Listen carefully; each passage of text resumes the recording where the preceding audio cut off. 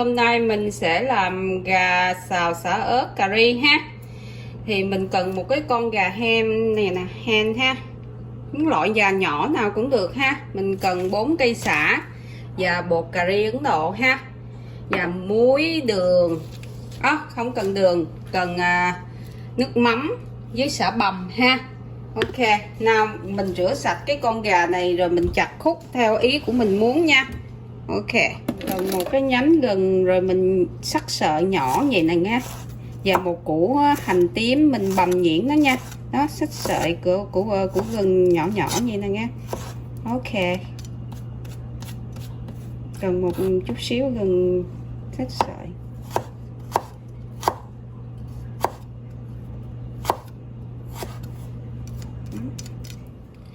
Gà sau khi mình rửa sạch bằng nước muối và mình chặt chặt cục như vậy nha, tùy theo ý của mình ha, cho nó ráo. Rồi bắt đầu mình cho vào đây 2 muỗng nước mắm này ha.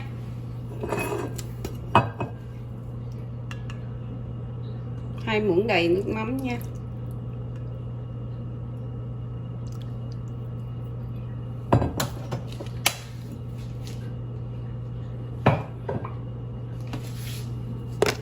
Và 1 muỗng cà phê xả bằm nha. Muỗng cà phê xả bằm ha. Và nửa muỗng cà ri nị Ấn Độ ha. Mình cho vào đây nửa muỗng cà phê cà ri Ấn Độ ha. Và nửa muỗng cà phê bột nghệ nha.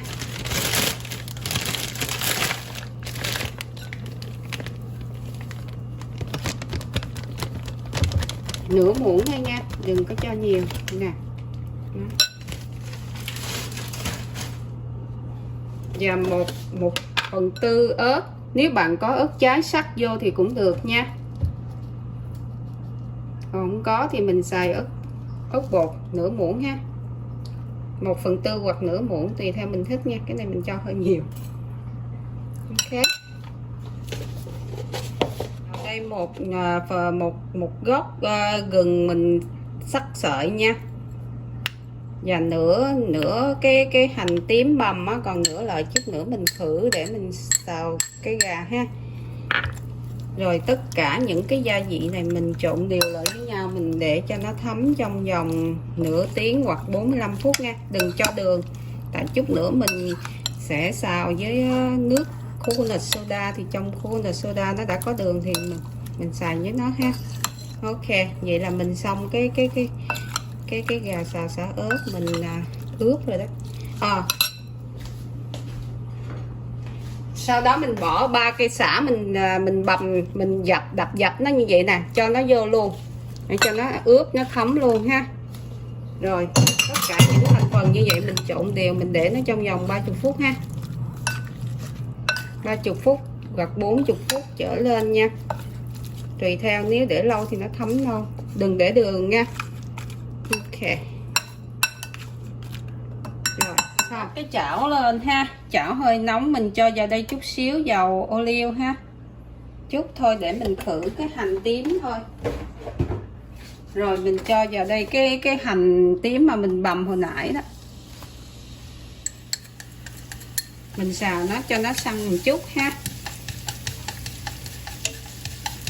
cho nó thơm, nó dậy cái mùi lên một chút. Cái hành nó hơi săn lại, đừng có vàng quá cũng được ha. Mình cho nửa muỗng ớt màu vào ha. Đó, mình cho nó vào. Sau đó bạn đổ cái gà mà mình ướp vào á vô ha.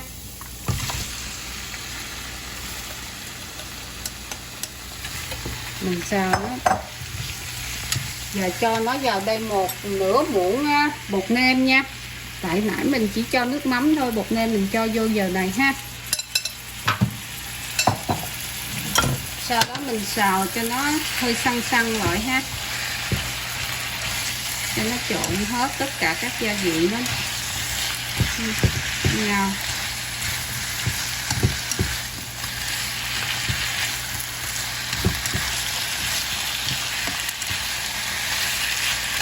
bạn dặn lửa cỡ 7 được rồi nha.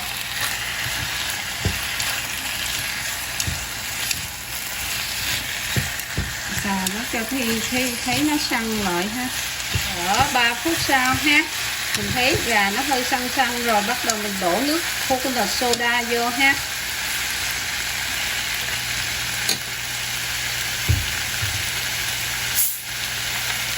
Cho nên mình mới nói bạn đừng có để đường là vậy, trong coconut soda nó đã ngọt rồi nha.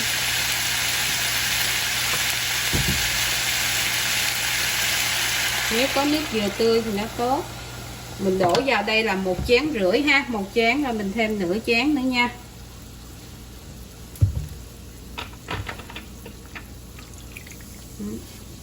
Rồi bạn để như vậy rồi đậy nắp lại trong vòng 15 phút ha, để cho nó chín thịt nha. Đó, để đậy nắp nó lại ha, cho nó 15 phút nha.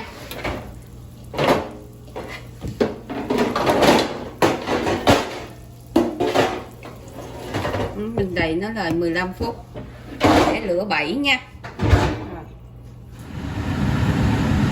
Sau 15 phút á, mình mở nắp nó ra nha, và dặn lửa xuống 6 ha. Mình trộn đều rồi dặn lửa xuống 6 nha. Lấy nắp ra đừng đậy nắp nữa ha. Rồi để cho nó rút từ từ cho nó săn lại cái gà ha. Cái này là sau 10 phút mà mình lấy cái nắp, mình mở nắp ra, bạn thấy nó bắt đầu nó săn không? Mình cứ để lửa xuống còn 6 ha, hoặc là 5,5 để cho nó rút hết cái nước này vô cái gà ha. Cái trộn nó lên cho nó thấm vô mấy cái nước, nó rút hết vô trong cái gà ha. Các bạn cứ đảo đều, nó lâu nó bạn đảo đều nó một chút, sợ nó cho nó thấm cho nó nhiều thì nó ngon hơn ha. Rút hết rồi à, bạn thấy không? Là kể như là 15 phút mình mình đậy nắp ha, với thêm 30 phút cho nó rút như vậy nữa ha, là 45 phút rồi đó. Mình để cho nó rút thiệt là khô lại hết mấy cái này là nó sẽ chín nha. Rồi nó rút hết nước này nữa là nó chín nha. Nãy giờ là mình làm cũng 45 phút rồi đó. Okay. Đó, bạn cho nó rút thêm nữa, rút khô cạn hết luôn là nó chín nha. Thì cái gà nó mới là nhìn nó mới ngon. Gia vị mình nêm như là lúc đầu á, là nó y pha vậy đó. Nếu mà bạn muốn nó mặn hơn á thì bạn thêm chút nước mắm ha. Còn không thì thôi, theo mình là nó như vậy là nó vừa rồi đó. Okay. Đó, mình sẽ cho nó rút cạn hết cái nước này ha. Nó còn một chút cho nó rút hết trơn thì nó ngon hơn. Bạn thấy không? Thấy là bắt đầu là nó gần hết cái nước trong này rồi. Thì cái khúc này là bạn phải đảo đều nó nha, thì cho nó thấm và nó khô hết cái nước là mình lấy nó xuống nha, là nó chín rồi đó. Ok. Bạn cho nó cỡ mấy 2-3 phút nữa cho nó hết, nó khô thấm vô hết cái gà rồi là mình bắt nó xuống. Đó, nó xong rồi đó. Rồi cái món gà xào cà ri là xả ớt là xong rồi đó. Bạn thấy không, nó khô nè. Đó, bạn cho nó khô một chút xíu nữa thì nó nhìn nó ngon hơn. Nhớ đảo đều nó nha. Lúc này là nó sẽ coi chừng nó bị khét. Mình mở lửa 6 thôi, 6 hoặc 5,5 ha. Cho nó khô hết nước một chút xíu nữa là nó chín rồi ha. Đây, bạn thấy không, nó rút nước hết rồi nè. Đó, bạn cho nó thêm một chút xíu nữa. Đó, rồi mình hãy đem nó ra và nó chín rồi đó. Cái này mà ăn với cơm nóng rất là ngon. Mà cái gà hem này á, bạn kho cái kiểu này ngon lắm, nó không có dầu mỡ nhiều. Thấy không? Đó, bắt đầu nó chín rồi nè. Đó, bạn cho nó thêm một chút xíu nữa rồi thì mình hãy lấy nó ra ha, cho nó khô hết nước luôn. Đó, vậy là món gà của mình đã hoàn thành rồi đó ha. Rồi bắt đầu mình lấy nó ra dĩa ha. Món gà xào xả ớt cà ri đã xong rồi đó. Cái khác mình tắt bếp nữa nha. Thấy không? nó đã rút cạn hết cây mía rồi đó. Bắt đầu bạn cho ra dĩa ha. Mình thấy nó ngon, nhìn nó đẹp mà nó ngon lắm. Đây là món gà xào xả ớt cà ri đã hoàn thành. Chúc các bạn enjoy. Nhớ like and subscribe cho mình ha. Cảm ơn các bạn.